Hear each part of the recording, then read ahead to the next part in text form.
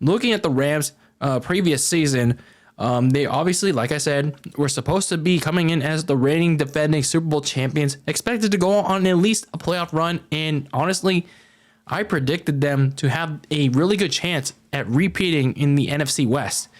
But their all-in approach for Super Bowl 56, that title, really caught up to them. They suffered a lot of offseason losses and injuries to many of their starters, including to Matthew Stafford, their starting quarterback, and to their top receiver in Cooper Kupp. Really affected them when it was all said and done, en route to perhaps the worst season by a defending Super Bowl champion. They ended up at 5-12, and here they were at this point of the offseason, still not really having many resources to look out towards. So even though you're getting most of your people back healthy, not exactly a lot to look forward to this offseason. So when you look at the priorities that I had, when I looked at the team needs that they needed to address this offseason, when I talked about them in my recap, one of the biggest things that they needed to address was that offensive line, because keep in mind, they lost guard Austin Corbett to the Carolina Panthers in free agency last year, and they lost Andrew Whitworth after the Super Bowl to retirement. So they lost key starters in the offseason prior. And Matthew Stafford was getting relentlessly hit, including that season opening game to Von Miller, who was on the Bills now. So they needed to revamp that offensive line, because if they wanted to prevent Matthew Stafford from getting injured again, they needed to protect him.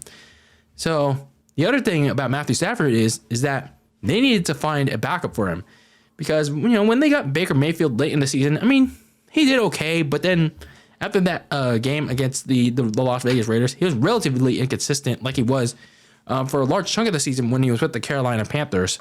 So you either needed to re-sign Baker Mayfield or find at least a reliable backup behind Matthew Stafford that perhaps maybe you can even groom behind.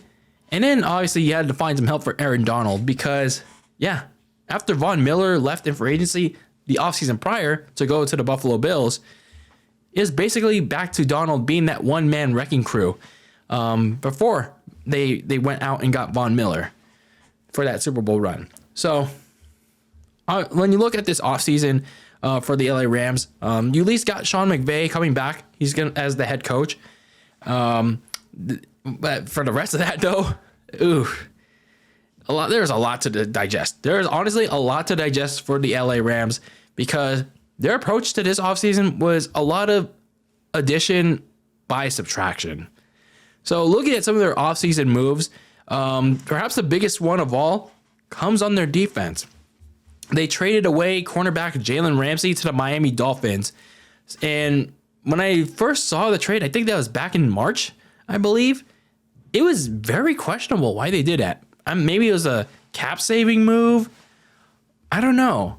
Either way, it was just a very odd decision to trade perhaps your best defensive player, other than Aaron Donald, of course, in the secondary, because it's just weird. Now, all of a sudden, your secondary is very bad without Jalen Ramsey. So, kind of odd to do that. So, they traded away Jalen Ramsey. They also traded away Allen Robinson, but he was pretty much worthless for you, to the Pittsburgh Steelers. So, they traded him away. Baker Mayfield goes to the Tampa Bay Bucks to try and compete for the starting spot against Kyle Trask. You also released Bobby Wagner. Also pretty weird. They also released Leonard Floyd. Also pretty weird. So 2 of your starting linebackers gone. Wagner actually ended up signing back with the Seahawks, and Floyd signed with the Buffalo Bills. So rough, very rough sledding for the Rams. And your special teams unit is gone. Matt Gay went to the Indianapolis Colts. Punter Riley Dixon went to the Denver Broncos. So you already had needs to address. And unfortunately, they didn't do it because, well, their all-in approach, yeah, it ended up costing them. And they had no resource. They barely had any money in terms of free agency. So they went on to get a tight end, at least, I guess, if that's worth something. Hunter Long from the Dolphins from that Jalen Ramsey trade. And then well after the draft, well after free agency, they at least kind of addressed their running back situation by adding Sony Michel. But let's see how well he's worth. He did have a nice go-around the last time he was with the Rams. So Let's see how he ends up this time around. The draft for the Rams, though, was okay, though. They did address some of their needs that was pressing, like guard Steven Avila from TCU. So that addresses at least one spot on the Rams offensive line. They did get another edge rusher in Byron Young from Tennessee. He looks pretty promising.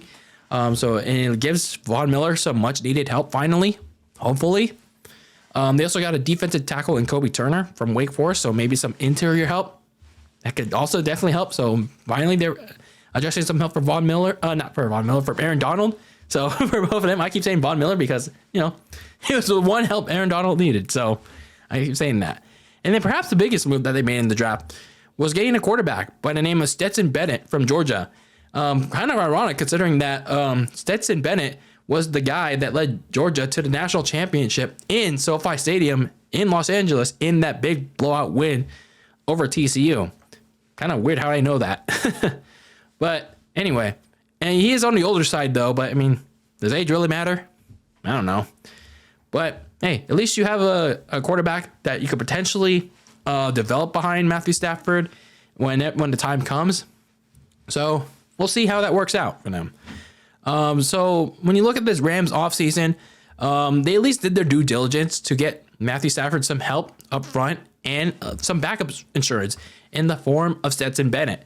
Whether that pans out or not, we'll see how it works out. But, at least they did their work mostly through the draft. So you can't really blame them too much on that. But again, it's all going to depend on how it pans out in the field. The secondary, though, however, it's going to be a little bit more of a downgrade, obviously, without Jalen Ramsey. You have Kobe Durant on the second option already on the opposite end, but what about the spot that's going to replace Jalen Ramsey? Where's that help going to come from? So they already had trouble covering, even with Jalen Ramsey there the season prior. It's going to get even more troublesome. So looking at some of your potential key games in 2023, obviously it's the first 2 games of the season. You're already going through the division right out of the gates. You're starting week 1 in Seattle, going up against Geno Smith and the Seattle Seahawks, who look to be very improved. And obviously you're going up against your division rival, the 49ers, in your home opener. Even with the quarterback situation yet to be resolved, they're still a pretty good team. So it's a pretty rough sledding in the division early on. And then week 5, you host the Philadelphia Eagles, Jalen Hurts, and the defending NFC champions. Despite a couple key offseason losses, they still look to be a pretty tough out, even if you're hosting them. So not exactly a good schedule for the Rams coming off a injury-riddled season. So my biggest questions for the Rams this season, going into this season, is in the running game, who's going to answer that call? Who's going to be that guy, that top running back in that group? Obviously, you added Sony Michel late in the offseason, but I'm not really sure he's going to help things, but we'll see. Cam Akers, they tried something with him. He got rolling late in the season, but obviously the Rams were just really evaluating by that point. And again, everything was pretty much terrible for Los Angeles well late into the season. So the other question I have is, where's the help from Aaron Donald going to come from? Again, even though they drafted all these guys like Byron Young and all that, it's all going to matter on how they translate that onto the field. So after Byron Young and Kobe Turner, where's the rest of the help going to come from? Like in terms of rotation depth. So we'll see how that pans out. So at least for the Rams, at least you have Matthew Stafford, Cooper Kupp, and Aaron Donald all coming back. Hopefully they stay healthy if you're a Rams fan or if you're the Rams themselves. If they stay healthy, they'll keep them competitive. However, when you're looking at this team, there's some gaping holes that can't be ignored, to be honest with you. That, to be honest, not even these 3 may be able to overcome. Not even Sean McVay may be able to overcome with this coaching. You have a really tough schedule to start out the season with the Seahawks on the road, the 49ers at home, the Eagles at home. Yeah, you could be staring at a very early hole if you're the LA Rams. And even if Stafford, Kupp, and Donald are not playing as well as they did in in their Super Bowl run or even early on in the season in 2022, yeah, you can be looking at a pretty bad hole to start the season and could pretty much affect your whole season as in general. So for the Rams, I don't know. Maybe I'll try to be generous. Maybe 7-10, 8-9. I don't know. We'll see, because there's a lot of depth issues with this roster because of all the offseason losses that they had. But hey, you never know what happens in Los Angeles. And for the Rams, there could be a downpour coming, especially with all the offseason turnaround in LA for the Rams.